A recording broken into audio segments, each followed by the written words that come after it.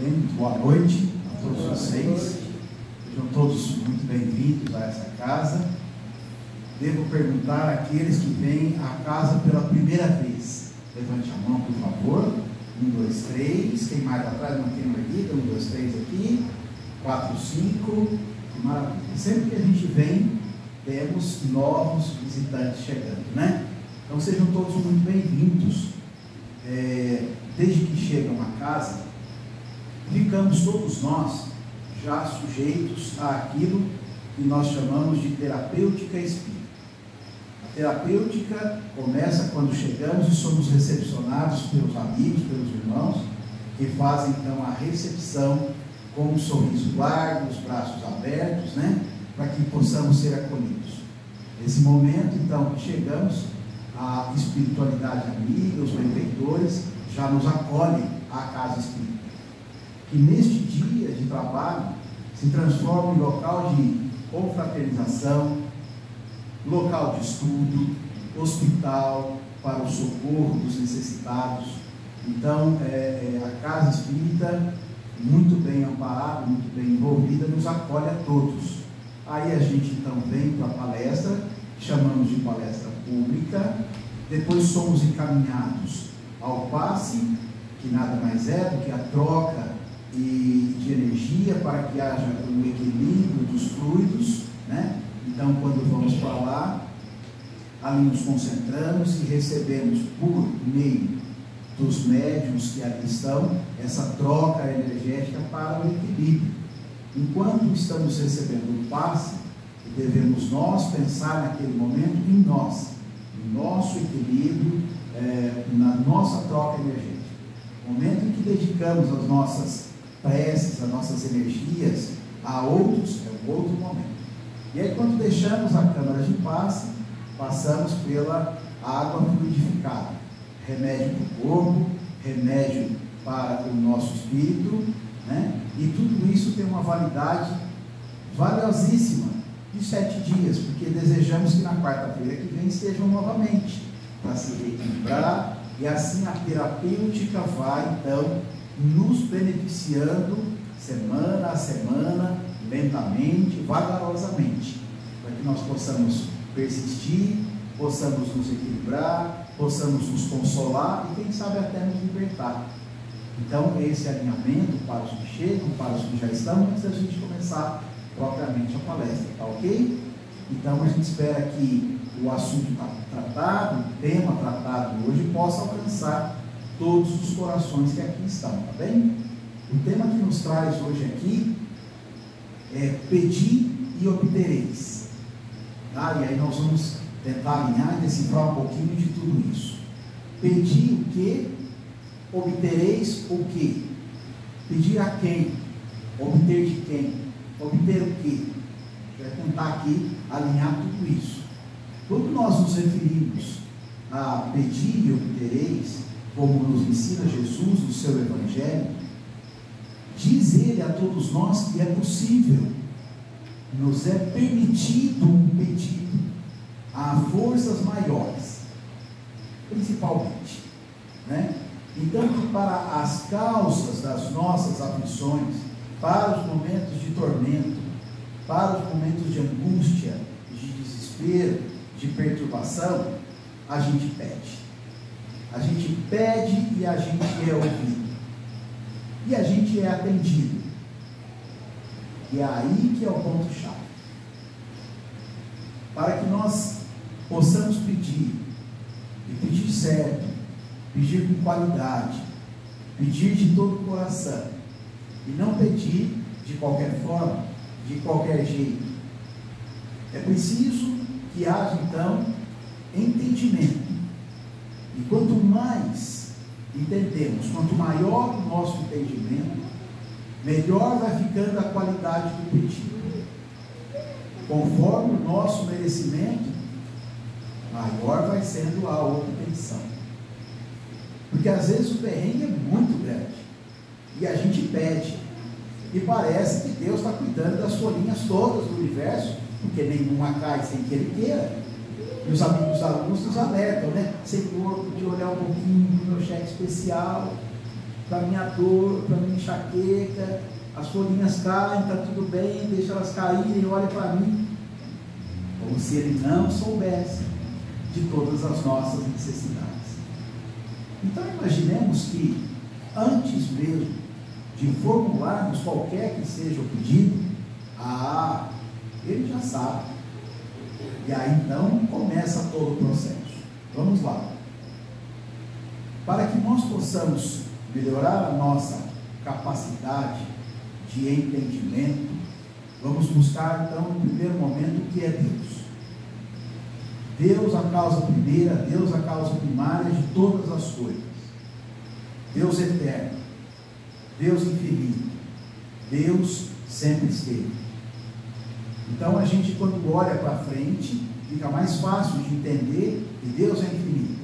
Quando a gente olha para trás, a gente quer sempre enxergar o ponto de partida de Deus. Ele vai encontrar o ponto de partida, porque lá Ele sempre esteve infinitamente criando.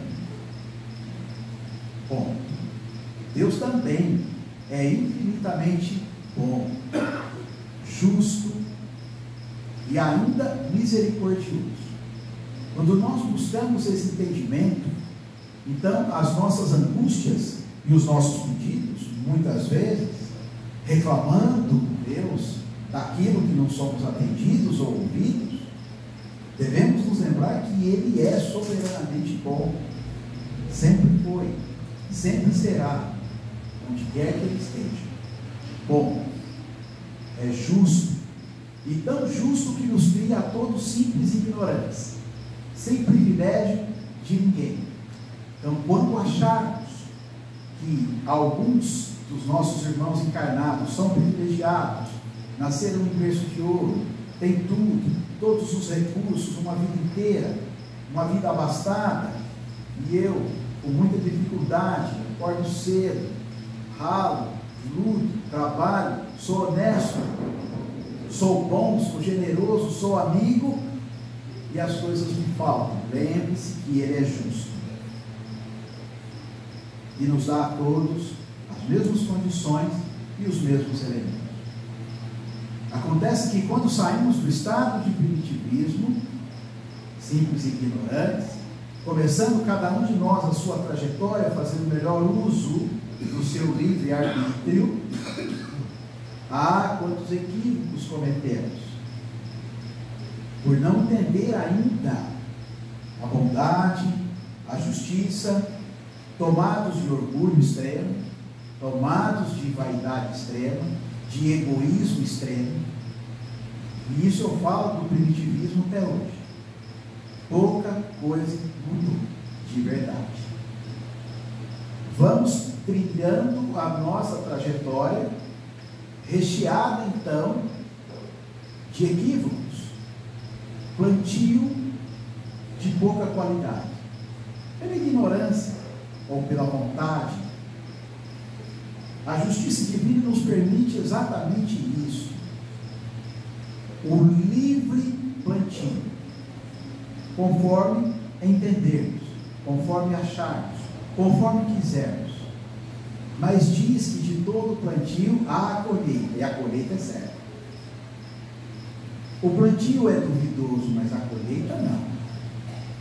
E aí está a sua justiça, que nos permite o processo reencarnatório, a pluralidade das existências, porque uma só seria um pouco, porque a gente vem e a gente desencarna com 4 meses, com 2 meses, na hora do parto, com 40, com 80, com 90, de forma trágica, de forma natural.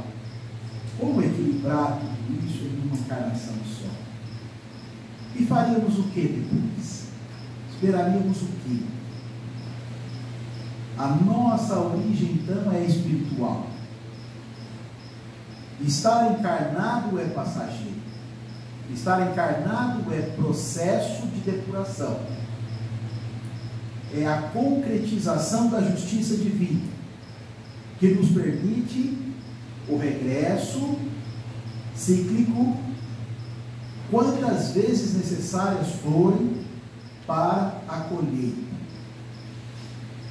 Regressamos ao mundo espiritual, reorganizamos, preparamos a próxima encarnação e a gente volta para cumprir. O processo de esquecimento maravilhoso, porque eu deixo as condicionantes de lado.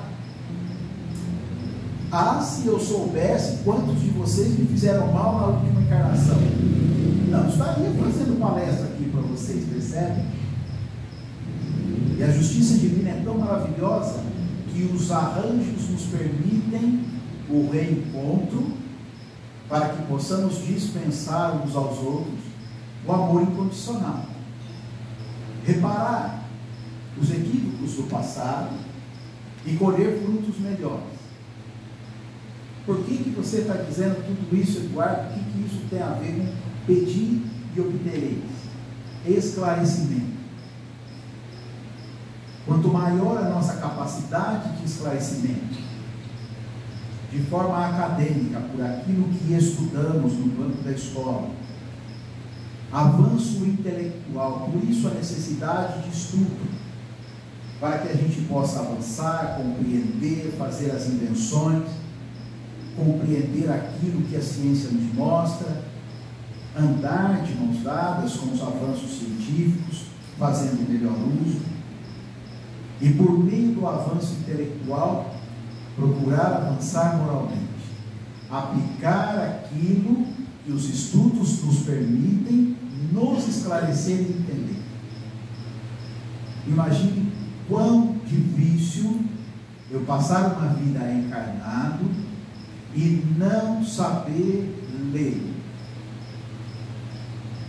o que está escrito, a placa, o nome da loja, o ônibus que está passando, qualquer coisa que se apresenta a mim e eu não consigo ler. Imagine que dificuldade, para não dizer talvez que tristeza, que amargura. Então a possibilidade do estudo é uma dádiva das maiores, nos instruirmos, a possibilidade de nos instruirmos, mas a possibilidade de querer se instruir, porque há muitos que querem e não tiveram oportunidade ou condições. Então passaram uma vida de pouca instrução, trazendo para si futilidade, ao invés de instrução, não nos coloca em condição de adiantamento. A condição de instrução nos permite, quanto mais, o enfrentamento de todas as dificuldades e adversidades. Se a gente vai vencer isso tudo é uma outra coisa, mas nos dá condições. E aí nós buscamos, então, a prática. Pois se eu entendo que o mandamento de Cristo, falado aqui para nós, amar a Deus sobre todas as coisas, e o próximo como a ti mesmo, o entendimento então de que Deus é soberanamente bom, justo e misericordioso, e que Jesus vem para nos mostrar este amor e nos esclarecer, diferente do Deus de Moisés, não? Era mais austero, mais duro, mais rígido, mas o Deus apresentado por Jesus era amor. E ainda nos diz: ninguém vai ao Pai senão por mim, e sou o caminho, a verdade e a vida. Mostra a todos nós que nós podemos escolher o caminho do bem. Sem instrução fica mais difícil alcançar a verdadeira compreensão. Então agora sei o que é Deus, agora sei quem foi Jesus e qual foi o seu papel. Instituir definitivamente o amor entre nós, não apenas dizendo, mas vivendo, e mostrando que apesar da injustiça toda, ele ainda perdoava e continuava oferecendo amor, deixando de lado orgulho, vaidade, egoísmo, e colocando para o nosso entendimento o perdão. O exemplo de tudo isso, então, nos serve para quê? Para a gente repensar o que é que eu estou pedindo. O que é que eu estou pedindo? E peço de que maneira? Jesus nos coloca aqui, quando nos colocamos a conversar com Deus, que podemos fazer pelo meio da prece, da oração, da reza. Como que é? E que para aqueles que tivessem qualquer dificuldade, a oração do Pai Nosso nos colocaria. Então, o importante não é se a oração é do Pai Nosso ou não. Importa quão verdadeira ela é. Quão sentimento nós colocamos. Quão verdadeiro é o nosso pedido. A qualidade dele. O que se pede, o que se recomenda. Que sempre, quando queremos a prece, queremos o contato com a espiritualidade, com os benfeitores, com os nossos anjos da guarda, com os nossos espíritos protetores, também como queiram dar o nome, tudo bem.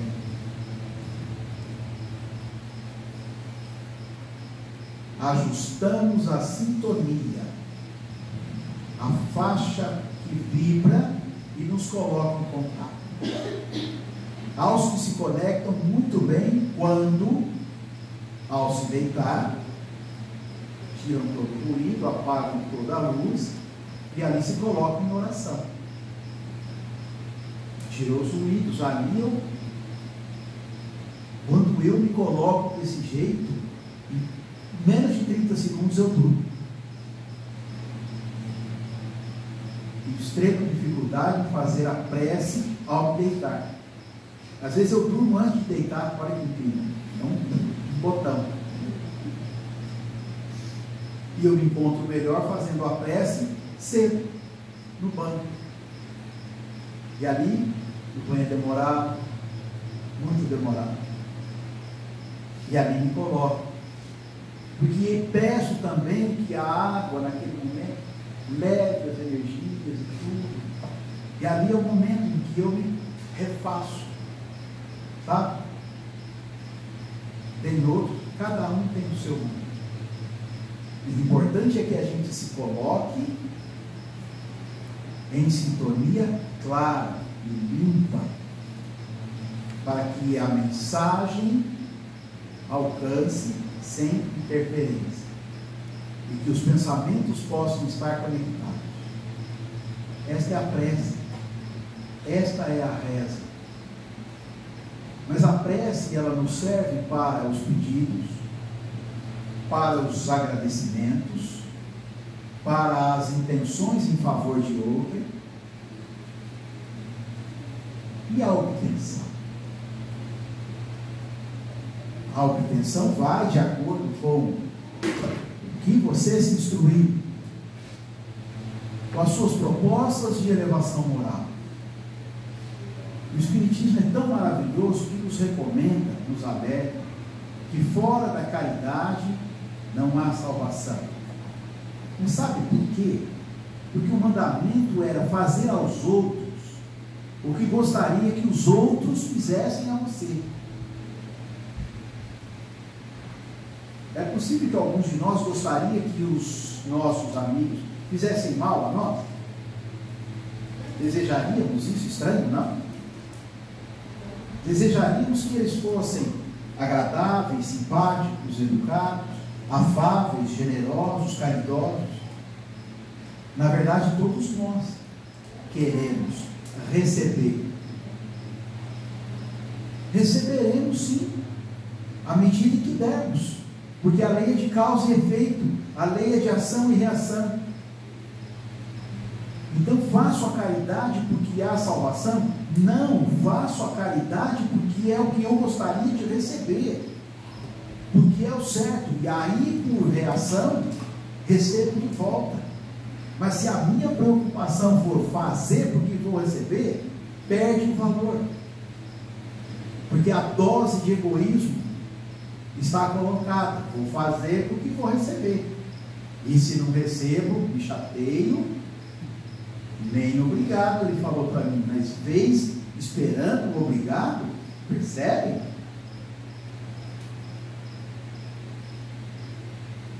Daqui a pouco você está cobrando Deus. Mas não intercedeu por mim, não você mereceu, lembra?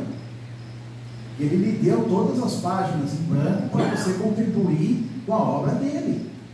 É a sua parte, é aquela em que ele te agraciou com o livre-arbítrio. 70%, 80% da nossa reencarnação está absolutamente desenhada em linhas gerais. O planejamento reencarnatório traça linhas gerais. Se eu tiver bastante merecimento, eu participo dele na elaboração. Escolho as minhas provas. Olha que lindo. Escolho por aquilo que vou passar e que vou sofrer. Porque entendo que é bom para mim. Imputar dor a mim? Não. O processo de dor e sofrimento é pedagógico. Então aproveita, porque se não aproveitar, vai sofrer de novo. Até conseguir tirar o melhor proveito. Tem lógica nisso? Isso é ação e reação. Então não peça para não sofrer. Peça para suportar. Peça para ter resiliência. Aquela que eu envergo, mas não quero. E que tenha resignação, que eu possa sorrir. Ainda, apesar dele. Eu consiga suportar, que eu consiga tirar aprendizado, que o meu aprendizado seja tal para que eu não necessite passar por aquilo de novo. Não peça para não sofrer. O nosso mundo ainda é de provas e expiações, é dor e sofrimento. Está ficando para trás, mas ainda é. No mundo de provas e expiações, eu venho para provar e expiar. A felicidade, então, não é deste mundo. Lógico, não. Por isso o tempo precisa ser aproveitado a cada segundo. Porque o tempo não aproveitado se forma débito. Tempo desperdiçado. Num planeta como o nosso, o planeta Terra, onde no orbe terrestre nós temos aproximadamente 30 bilhões de espíritos, 7 encarnados, 23 aguardando o momento de encarnar. É por isso que os espíritas falam: obrigado, Senhor, pela oportunidade. Não sabem nem o que estão falando direito. Ah, se soubesse que tem 3 para 1 na fila. Aproveite cada minuto para buscar a sua evolução, instruir e se adiantar moralmente para colaborar com Deus na sua obra, porque a lei do progresso se opera independentemente da nossa vontade, mas nós podemos colaborar. E a retribuição da divindade é por ação e reação. Quanto mais caridade, quanto mais entendimento, quanto mais eu me desprendo das amarras do egoísmo, do orgulho, da vaidade, eu abro meu coração. Então, quando eu faço um pedido de intercessão por alguém, você já imaginou? De coração puro, desejando mesmo as bênçãos de Deus para aqueles que estão conosco. Você já imaginou a qualidade desse pedido? É quando a gente sentir uma oração no mesmo ambiente que estava Chico Xavier, parece a oração dele. Ou quando a gente vai a uma palestra do Divaldo e vê ele declamando o poema da gratidão ao final, a gente termina em pranto. Então, A qualidade do pedido, ela é de todos nós. A obtenção do pedido, mas o que é que nós temos feito e entendido desses elementos? Porque o momento é de turbulência extrema. Divaldo nos alerta que, principalmente nesse período agora de pandemia, o pior momento em que o nosso planeta já viveu, em termos de perturbações espirituais. Nunca antes. E nunca também antes as casas religiosas de toda ordem estiveram tão lotadas. A busca também é imensa. Porque nós chegamos no momento em que não estamos suportando mais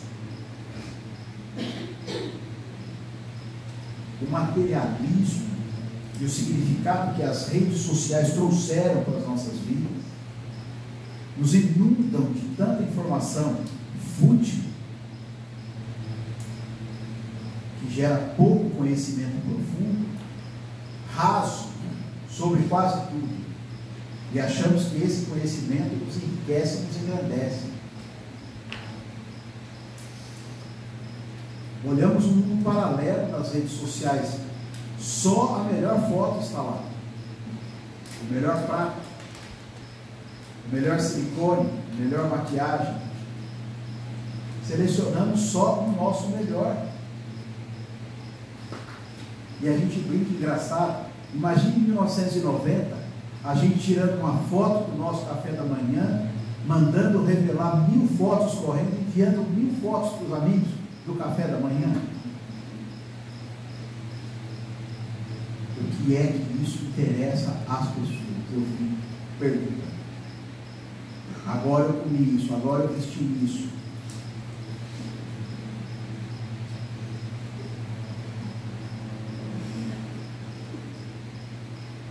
Dia após dia, várias vezes ao dia.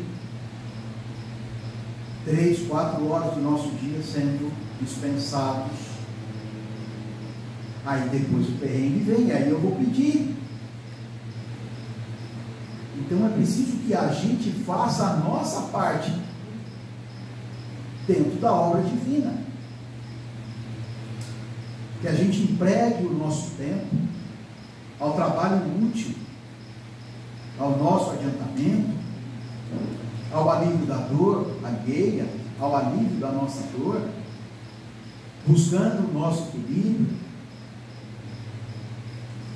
com entendimento, com estudo. E aí entra o Espiritismo. Lembram agora há pouco que nos foi dito que Jesus não podia, a seu tempo, revelar ainda tudo, porque nós não estávamos preparados. E o Espiritismo vem para nós como terceira revelação divina. A primeira revelação é Moisés, e tem a tarefa de instituir o senso de justiça na terra. As primeiras leis, o direito começa com Moisés. Vem nos apresentar um Deus único. Jesus vem nos trazer a segunda revelação, que é o amor de Deus, que é o reino dele, e que por meio do seu exemplo teríamos e poderíamos alcançar. E nos anuncia o Consolador prometido, é a doutrina espírita, com o postulado que traz. A doutrina ditada pelos espíritos e organizada por Allan Kardec nos permite um melhor entendimento de tudo aquilo que Jesus, a seu tempo, não poderia nos revelar. E nos traz dentro dos 5 princípios o que é Deus, pluralidade das existências, o processo reencarnatório sendo pedagógico, para que a gente possa acumular a bagagem necessária para ascendermos a Deus, para chegarmos à perfeição divina. E aí então demonstra-se a justiça divina, a pluralidade dos mundos habitados. Imagine você, todo esse universo conhecido, Porque fora do universo possível e conhecido, esses dias eu fiquei sabendo, de tanto pesquisar, que a foto da nossa Via Láctea não é real.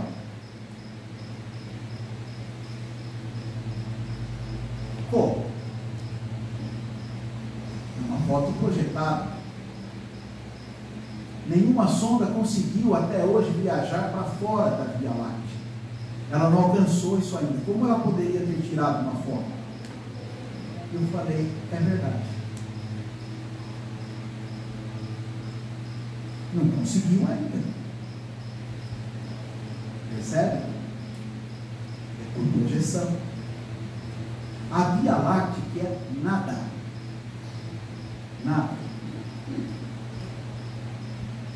Trilhões de planetas, trilhões de estrelas, trilhões de galáxias, e nós não temos condições de imaginar que estamos sozinhos nessa jornada, né? Então a pluralidade dos mundos habitados, e a gente explora, está quase lá, né? Querendo achar as vidas exatamente iguais à nossa, né? E planetas com condições iguais ao nosso. Está tudo bem.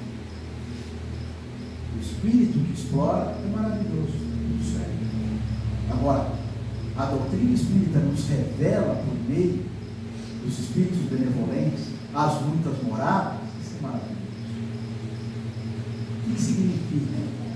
Estamos passando pela transição planetária. Já fomos um mundo primitivo, como um todo. Estamos no mundo de provas e expiações.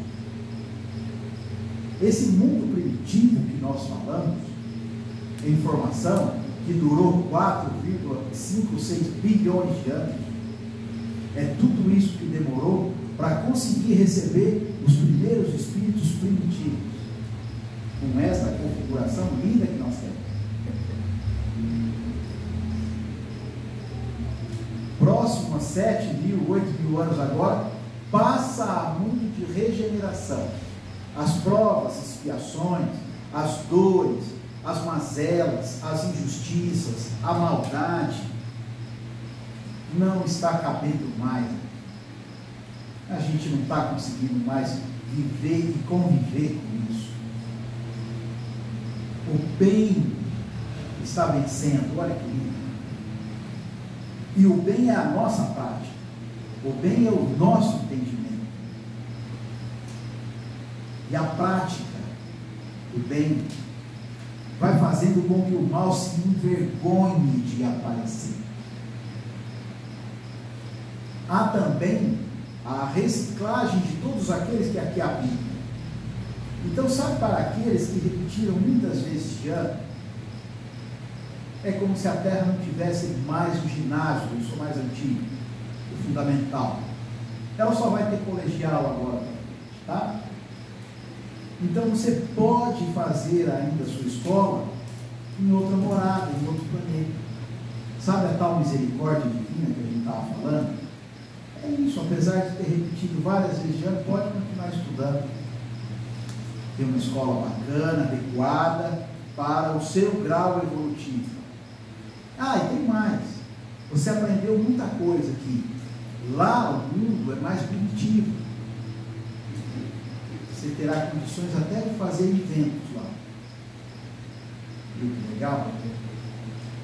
Possivelmente lá não tenha nem luz elétrica ainda. Talvez nem fogo.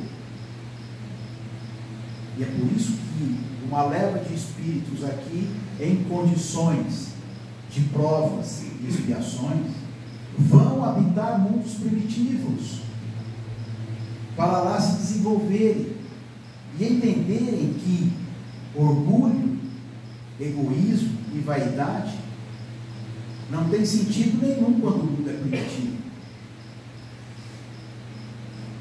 Você mal tem posses, está lutando para sobreviver, para inventar alguma coisa.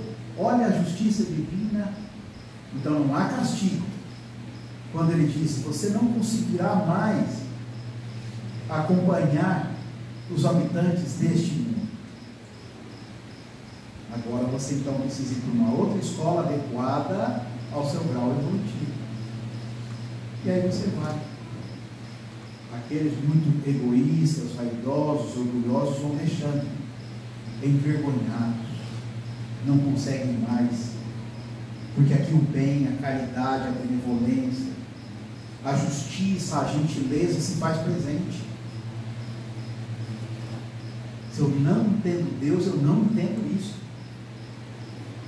Passamos por Deus, por a realidade das existências, dos mundos habitados, a comunicabilidade com o mundo dos espíritos, sem os quais nós não saberíamos nada disso que nós aqui estamos falando. Como é que a gente imagina que Moisés tenha recebido os 10 mandamentos? Se não por fenômeno mediúnico. Deus me livre, Eduardo, fenômeno mediúnico, comunicação com os espíritos. Como nós saberíamos de tudo isso, então? Não haveria condição. A comunicabilidade com o mundo dos espíritos é maravilhoso, porque há esclarecimento, há orientação, há um entendimento em que o mundo espiritual é a nossa casa, e que aqui estamos de passagem, e que os mundos todos habitados são as escolas, para a gente poder viver as experiências daquilo que a gente aprendeu. A gente não se instrui intelectualmente, não se instrui moralmente, se instrui, depois precisa praticar. Essa é a oportunidade da prática. Volto, não pratiquei direito, né? Não foi tão bom. Pode voltar, vamos praticar mais, e volto, pratico. Mas eu me machuquei com aquela... Volta, vai ter condição de amar agora, vai voltar como pai e filho, bem apertadinho, bem amarrado, porque daí o amor dedicado é incondicional. E aí tem aquela encarnação turbulenta de pai, filho, que briga, amor, pode voltar de novo, vamos inverter, e vai experienciar. É assim, simples assim. Percebe? E nesse sentido, então, o Espiritismo nos possibilita, pela sua leitura, pela sua exploração, que a gente vá se consolando, não se conformando, que a perda dos entes queridos é nada, é uma até logo, e que querer que o espírito fique é egoísmo meu, como se todos nós não fôssemos em algum momento. Mas não é justo que Deus tenha tirado essa criatura do meu convívio agora. De que justiça você está falando? Da sua, do seu egoísmo? Ao invés de ficar feliz porque ele já cumpriu a sua jornada e retorna e regressa, haverá o dia em que ficaremos felizes com o desencarne das pessoas à nossa volta, porque elas cumpriram a sua tarefa, ou ficaremos para semente alguns de nós? Não. Olha a dificuldade que nós temos por falta de entendimento, mas que não acaba. Não acaba, é até daqui a pouco. E continue fazendo por merecer, para que ele te receba no regresso. Porque a sua dor, a sua revolta só afasta. Coloca aquele que já foi em sofrimento. Eduardo, Deus, são 10:09, o que foi falado de pedir, obtereis até agora, que eu não entendi nada. O que é que a gente está pedindo em nossas preces? O que a gente está pedindo? Coisas materiais, ganhar na Mega Sena, tirar o cunhado chato da minha vida de vez por todas. Sério? O que é que a gente está pedindo? Talvez a gente devesse estar pedindo muito pouco e agradecendo muito. E se tiver com dificuldade de enxergar, abrace um trabalho de caridade, um trabalho de filantropia, um trabalho benevolente, e vá às periferias da cidade, vá às favelas, aí vocês vão entender.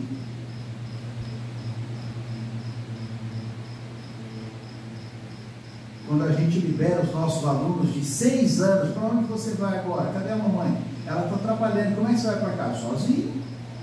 6 anos eles vão do projeto. Eles vão para lá 8 horas. É o contraturno escolar. Lá tem as disciplinas todas, tomam café, almoçam e vão para a escola. Tudo isso sozinhos, porque as mães estão trabalhando, os pais têm pouco, tá? Quase 80% de lá não convivem com os pais. São presos ou já abandonados. Então as mães com 5, 6, 7 filhos. Aí a gente começa a ressignificar e agradecer a nossa estrutura de vida, o conforto que a gente tem, né? A nossa criação, a nossa estrutura familiar, a oportunidade do estudo. São as coisas dignas de qualquer cidadão. Mas a gente precisa de vez em quando olhar os que não tem, para a gente voltar e falar: Senhor, vou mudar o sentido. Eu só pedi, agora eu vou passar a agradecer. Porque entendi que eu tenho muitos irmãos que sofrem muito mais. O mundo de regeneração feito por nós ajudará a melhorar estas desigualdades, as injustiças, as dores, as mazelas, as doenças. Peça a Deus para que você tenha força e coragem de mudar a situação ao seu redor, e não para que Ele tire, porque isso não sobe, é a gente que faz. A gente muda quando o lixo do fundo de vale incomoda a gente que mora a 10 quilômetros de lá. Quando isso te machucar, eu saio daqui, eu lá não falo. Ah, mas o poder público. Vai lá e limpa a tua parte. E inspira outras pessoas a fazerem o mesmo. E aí a gente para de falar e de pedir e faz. Porque é assim que a coisa muda. Então não perca mais tempo, vá se instruir de todas as formas, vá praticar de todas as formas, e agradeça e peça disposição para o trabalho, saúde para o trabalho, e peça por aqueles que têm menos condições. Se a gente vem mais inteligente, instrui os menos inteligentes. Se a gente vem mais rico, ajuda os mais pobres. Se a gente vem mais forte, acolhe e protege os mais fracos. É assim que a gente gostaria que fosse com a gente. É isso que a gente tinha para hoje. Um beijo grande para vocês. E quem vem agora teremos paz, depois a água purificada, e um bom retorno para vocês nos seus lares, tá? Beijo grande.